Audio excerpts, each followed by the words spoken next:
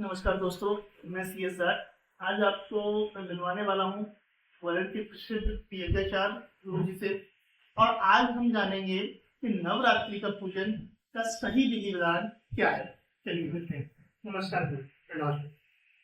कैसे हैं आप? मैं ठीक हूँ। गुरु जी, आपने समय दिया उसके लिए बहुत बहुत धन्यवाद।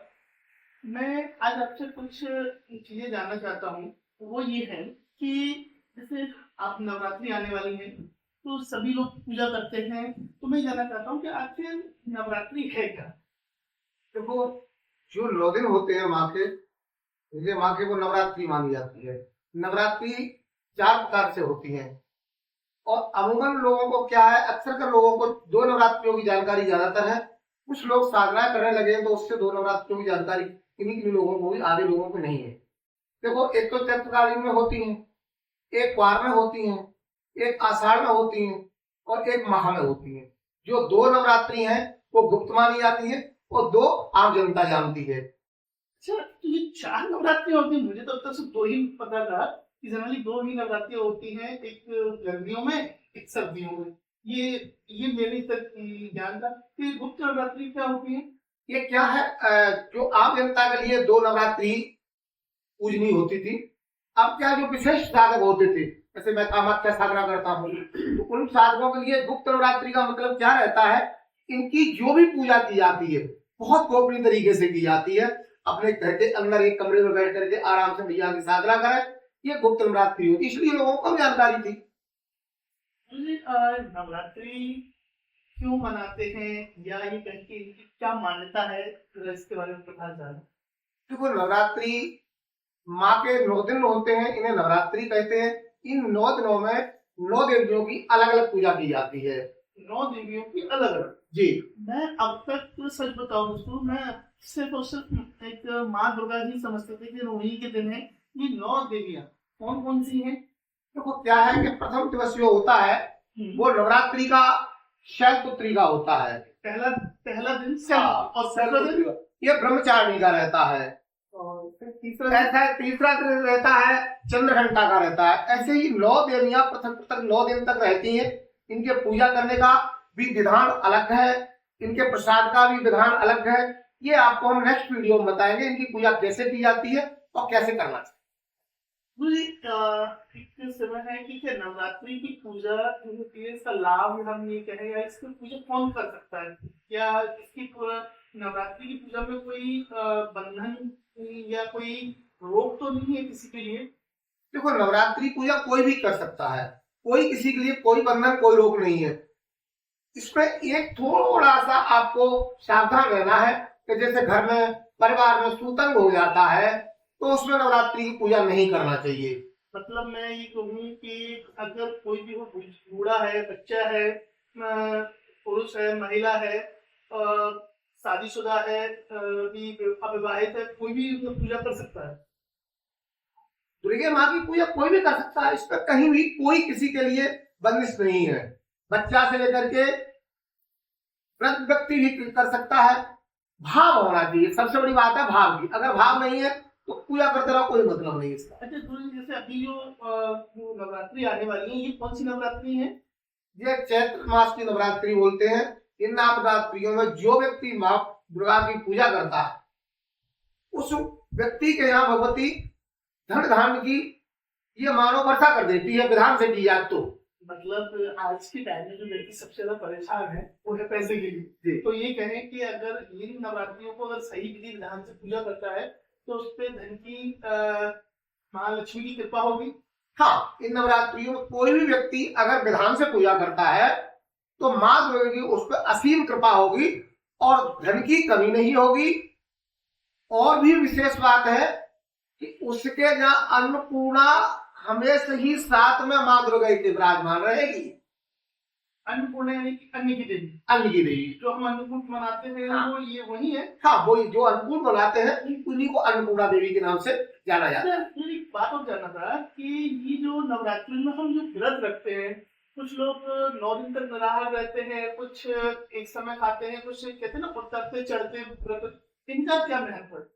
देखो, ऐसा है, जो माँ दुर्गा की पूजा करते हैं, जो भक्त पूजा कर रहे हैं, नवरात्रि की उपवास करते हैं, सबसे पहले आपको ये समझना चाहिए कि उपवास है क्या। उपवास का मतलब होता है त्याग, किसी भी चीज का त्याग कर देना। अन्न का त्याग कोई कर देता है, कोई किसी का कर देता है, पर सच्चा व्रत क्या है? व्रत मान होता है त्याग। किसी भी चीज का ऐसा संकल्प लें कि हम अपनी दृष्टि से अंतिम चीजों को नहीं देखेंगे, अंतिम शब्द नहीं कहेंगे, माँ भवानी के लिए पूर्ण समर्पण रहेंगे, और हम निराहार भी रह सकते हैं, आहार भी ले सकते हैं, इसमें कोई ऐसी बंदिश नहीं। तो अगर मैं ये कहूँ कि भाई इस नवरात्रि में कोई एक विशेष प्रकार की सब्जी नहीं खाऊंगा, तो क्या वो व्रत माना जाएगा? हाँ, माना जाएगा। मतलब इसमें जैसे हमने ये सुन के आए हैं कि अन्न नहीं खाना है, फल खाना है, तो इसमें क्या फर्क है? देखो ऐसा है, अन्न न खाना या फल खाना ये तो केवल व्यक्ति के विशेष के ऊपर निर्भर करता है। अब तो एक नई बात चल पड़ी है कि वो व्रत वाली चाट भी हो गई है, व्रत वाले समोसे भी मिलने लगे हैं। हाँ, ये भी है। ये नहीं चाहिए, अब उसके लिए अपन नहीं कर सकते। मेरा जहां तक है, शास्त्रों का मत है, व्रत का मतलब सही त्याग होता है। मतलब हम इन 9 दिनों में किसी एक चीज का या एक से अधिक चीजों का त्याग करके एक निश्चित धारणा के साथ में माँ की साधना करना, हाँ, वो व्रत कहते हैं। बिल्कुल, चाहे फिर वो अन्न हो या कुछ भी हो सकता है। ठीक है गुरु जी, अब मैं एक नॉर्मली आपसे एक और सवाल जानना चाहूँ जो बहुत महत्वपूर्ण है कि हम नवरात्रियों में देवी का पूजन किस प्रकार से करें? देखो नवरात्रि 4 प्रकार की होती है। आपने जो सवाल किया है कि देवी का पूजन किस प्रकार से करना चाहिए, तो चारों नवरात्रियों में 4 नवरात्रियों अलग अलग प्रकार से पूजन है। तो मैं अभी आपको बताना चाहूंगा, अभी जैसे चैत्र नवरात्रि आ रही है, तो केवल मैं भी आपको चैत्र नवरात्रि पे ही आपका ध्यान आकर्षित करना चाहूंगा कि उनमें हम किस तरीके से पूजन करें। आने वाली चैत्र की नवरात्रि है जो तारीख 9 से आ रही है, तो एक दिन पहले माँ किसी समीप के मंदिर में जाए, मंदिर में जाकर के पीले चावल करके ले जाए। पीले चावल करें, यानी कि एक तरीके से हम जो कहते हैं ना पीले चावल देने हैं, निमंत्रण। हाँ हाँ हाँ, तो माँ के मंदिर में जाना है किसी भी मंदिर? नहीं, माँ के मंदिर में जाना है जहाँ माँ की प्रतिमा हो। ओके, वहां जाकर के पीले चावल, जैसे अपन शादी विवाह करते किसी को बुलाते हैं, सबसे पहले अपन क्या करते हैं कि पीले चावल देते हैं। तो पीले चावल ले जाए, माँ को धूप दीप कर दे, दीप दीप करके उनकी पूजा अर्चना करें और उसको पीले चावल उनके चरणों में समर्पित करें। हाथ जोड़ के कहें, हे माँ, आप हमारे घर कल आना है और हमारे सारे कष्टों का निदान करना है। ऐसा कह करके माँ को निमंत्रण देते हैं, उसके बाद पूजा करें। तो ये मतलब पहले माँ को हमें आमंत्रित करना है। आमंत्रित करना हो भाई। ठीक है, तो पूजा हम जब शुरू करें तो जो है होती है ना कलश स्थापना या उनका जो विधि विधान है, मैं उसके बारे में जानना चाहेंगे। देखो क्या रहता है, कलश स्थापन से पहले क्या विषय है, कलश स्थापन बाद का विषय है। पहले जब पूजा का आपको शुरुआत करना होता है, यानी सामग्री इकट्ठी करना है, सामग्री इकट्ठी करो। तो सामग्री में क्या रहता है, तोड़ पताके रहते हैं, जिसे बंदरमार बोलते हैं। यानी आम के पत्ते ना? आम के पत्ते नहीं, अलग से रहते हैं, बने हुए आते हैं, जो रेडीमेड भी मिल जाते हैं, जिनको मंडप सजाया जाता है। उसमें बांस की लकड़ी होना चाहिए, हरी वाली। अगर ऐसा नहीं तो केले के पत्ते भी ले सकते हैं। उसके बाद में आप एक नारियल लें, नारियल लेकर के एक चौकी लें, आम की हो या जो भी जैसी भी आपके पास हो उस तरीके की चौकी लें। उसके ऊपर लाल एक बस बिछा लें, लास्ट पर बिछा के उस पर गंगा जल का छींटा लगाएं। छींटा लगाने के बाद में भगवती की मूर्ति हो या जो भी तुम्हारे पास हो, फोटो में हो, उसको भी आप लगाएं। उसके ऊपर पहले फूल को डाल दें। उसके बाद 9 जो देवियां होती हैं, एक को जैसे आपने मान लिया माँ दुर्गा की है, तो 8 देवियां रहेंगी। 8 देवियों के लिए पीला मिट्टी से आप 8 गोल गोल पिंडी बना करके उनके समीप रख सकते हैं। और अगर ऐसा भी नहीं हो सकता है तो आप 8 सुपारी रख सकते हैं। ये आपको पृथक पृथक 9 देवियों की पूजा 9 दिन के लिए रहती है। और कलश लगा दें, कलश के ऊपर मतलब एक हमारे पास तस्वीर हो गई, इसके अलावा 8 पिंडी रूप की हमें स्थापना करनी है। हाँ, अच्छा, मुझे इसमें और कोई विशेष सामग्री जो हमें इसमें अर्पित करनी चाहिए नवरात्रियों में? देखो विशेष सामग्री क्या रहती है, वैसे तो दुर्गा माँ की पूजा के बहुत बड़े बड़े विधान हैं, साधारण लोग नहीं कर सकते हैं। एक साधारण व्यक्ति को चाहिए कि नारियल ले लें, नारियल ऊपर मोली लपेट दें। अगर कपड़ा नहीं है तो, कपड़ा है तो अत्युत्तम है। पान का एक पत्ता ले लें, भाटा नहीं होना चाहिए, पान का पत्ता लें। सिंदूर लें, सिंदूर को लेकर के उस पर 9 बिंदी लगाए पान के पत्ते पर। उसके बीच में एक बतासा रखें, बतासे के ऊपर लौंग का जोड़ा रखें जो टूटा ना हो। और माँ को ध्यान करें, हाथ जोड़ के ध्यान करें, हे माँ मैं आपको अपने घर में स्थान दे रहा हूँ, आप यहाँ विराजमान रहे, हमारे संकटों का निदान करें। ऐसा करने से माँ आपकी ऊपर प्रसन्न होती है और आपकी पीड़ा कुछ भी कर। केवल क्या इसके लिए कोई मंत्र विधि है? देखो मंत्र तो माँ के बहुत है, पूरी मंत्र संहिता ही लिखा हुआ है, उसमें मंत्र बहुत है, पर ये न करते हुए एक साधारण व्यक्ति के लिए छोटा सा मंत्र मैं बता रहा हूँ। ओम धूम दुर्गा नमः, ओम धूम दुर्गा नमः, धूम दुर्गाय नमः। इस मंत्र को स्थापना के समय या उससे पहले? स्थापना करने के बाद में, करने के बाद में एक माला है तो माला से जाप करें, 108 बार जाप करना चाहिए।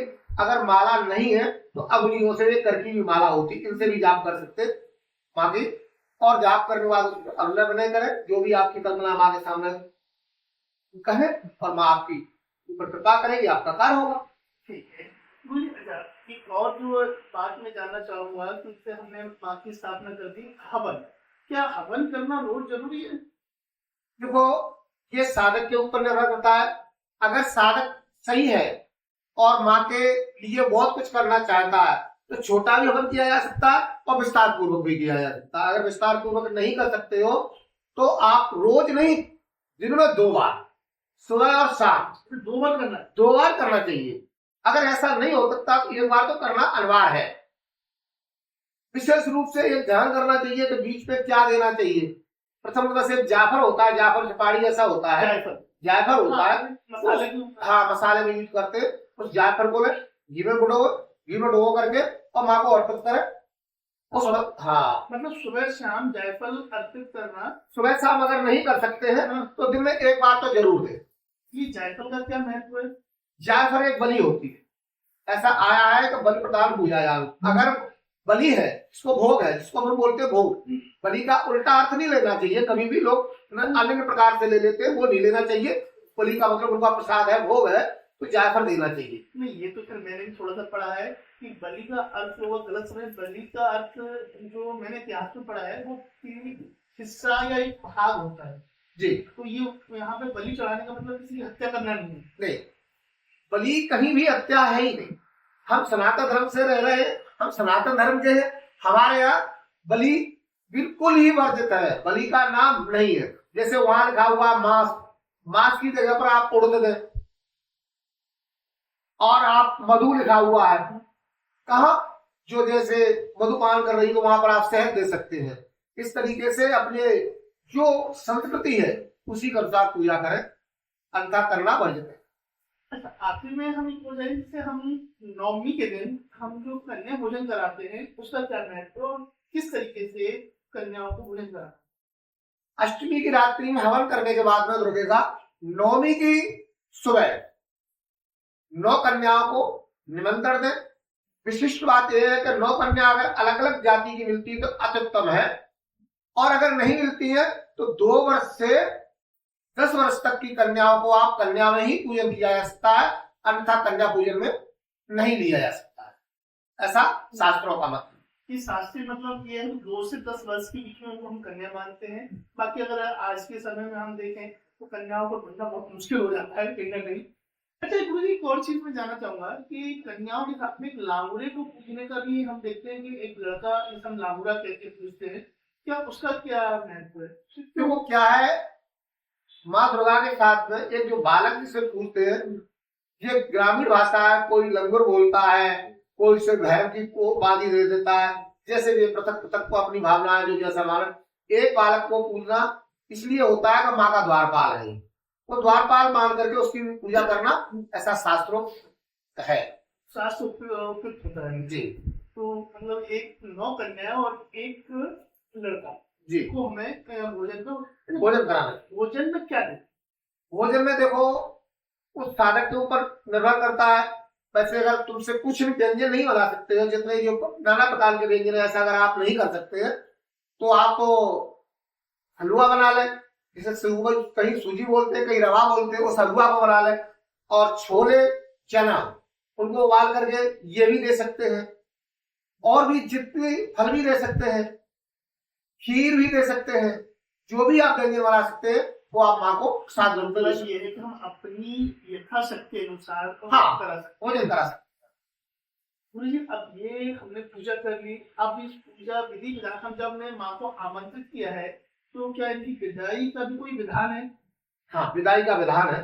अगर कोई व्यक्ति आपके यहाँ आया हुआ है, आपने बुलाया है, तो जिस भाव से आपने बुलाया है उसी भाव से उसको पहुंचाना भी चाहिए। सबसे पहले आप कन्या भोज करने के बाद कन्या को दक्षिणा देंगे, उनके पैर पकड़ के कन्या को तिलक करेंगे, उनके हाथ में चावल देंगे, चावल लेकर के अपने ऊपर चावलों को छुड़वाएंगे। अपने ऊपर का मतलब मैं समझा नहीं। देखो ऐसा है, कन्या जो आप नव कन्याओं को आपने निमंत्रण किया था, उन कन्याओं को आपने भोजन कराया, भोजन करने के बाद में आपने उनको दक्षिणा दी है, दक्षिणा देने के बाद में उन कन्याओं के हाथ में चावल रखे, तो चावल रखते पद पत्नी दोनों बैठते हैं, उन कन्याओं से बोले कि ये चावल हमारे ऊपर छोड़ दे, आप सिर पे या हाथ में लेना? आपके सिर के ऊपर छोड़ दे, आपके शरीर पर फेंक देना चाहिए। उससे आपकी दीर्घ आयु की कल्पना करते हैं, आपको सफलता की कल्पना करती है। माँ भवानी ने आपको आशीर्वाद के रूप में वो चावल आपको ऊपर फेंके गए, वो आशीर्वाद है माँ का। माँ का आशीर्वाद है, उसको इस रूप में स्वीकार करना है जी। अब जो हमने स्थापना की थी उस सामग्री का हम कहेंगे निपटान या निदान किस तरीके से किया जाए? निपटान नहीं कहते, उसको विसर्जन कहते हैं।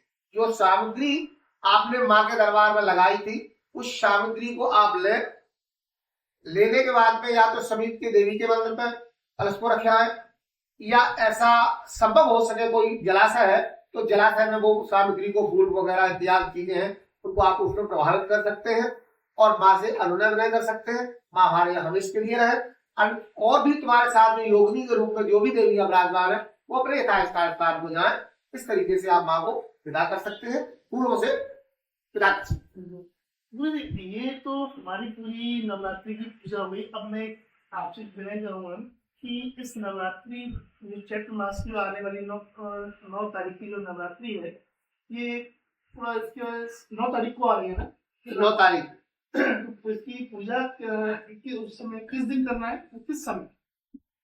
देखो नवरात्रि 9 तारीख को लग रही है, सुबह आपको 9 से और 10। ऐसा अगर नहीं कर सकते हैं तो पृथक पृथक व्यवस्थाएं अलग अलग टाइप से हैं, अपने अपने विद्वानों का आचार्यों का मत है, कोई काम देता है, कोई काम दे देता है। सबसे बड़ा तो ये सबसे बड़ी विडंबना हो गई है हमारे विद्वानों की, आज तक हमारे किसी भी त्योहार को एकजुट होकर के मनाने की चेष्टा ही नहीं करते हैं, अपना अपना तर्क करते हैं। इसलिए मैं आपसे एक ही कहूंगा कि जब माँ की पूजा का समय आपको मिले, उचित समय आपके पास समय है 9 तारीख को, उसी समय तक बैठकर स्थापना कर दे। तो मुझे जाते हुए कुछ ऐसा उपाय बताएं जिससे लोगों को धन धान की प्राप्ति हो, सुख मिले और उनको सफलता मिले। कुछ ऐसा उपाय इस नवरात्रि में जो कर सके वो बताएं। देखो हमारे जो भी हमारे विचार हैं उनको आपके सामने अवगत कर रहे हैं।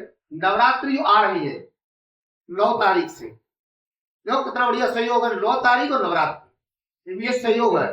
इसमें विशिष्ट उपाय बताते कि 5 जायफल पंचमी के दिन, पंचमी के दिन 5 जायफल लेना, 5 जायफलों को भोजपत्र में लपेटना। अलग अलग भोजपत्र आता है, एक पत्र होता है, पत्ता टाइप का होता है, पेड़ का होता है, वो उस पंचांग आम मिल जाता है। भोजपत्र पर लपेट दे और उसको शहद में डुबो करके पूरा एक एक करके शहद में डुबो करके पंचमी के दिन रात्रि काली 11 से और 12:30 बजे तक, रात्रि काल में 11 बजे से और 12:30 तक 1 बजे तक चल सकता है। उसको भगवती ओम क्रीम कालिकाय नमः, ओम क्रीम कालिकाय नमः इस मंत्र को बोलते हुए अग्नि में होमे और अपनी मनोकामना जो भी मन में कामना है उसे आप उसके साथ में अंदर आत्मा में बोलते रहे। ये करने से भगवती की विशिष्ट चित रूप से ऐसी कृपा होगी कि आप धन धान से परिपक्व हो जाए, आपकी पूर्ण मनोकामना करिए। बहुत बहुत धन्यवाद, आपने नवरात्रि संबंधी बहुत अच्छी जानकारी दी। तो ऐसे ही आपसे फिर आपसे मुलाकात होगी। जय माँ बाई की, जय भोलेनाथ की, आपकी सारे मनोरथ माता रानी पूरा करें। जय श्री राम।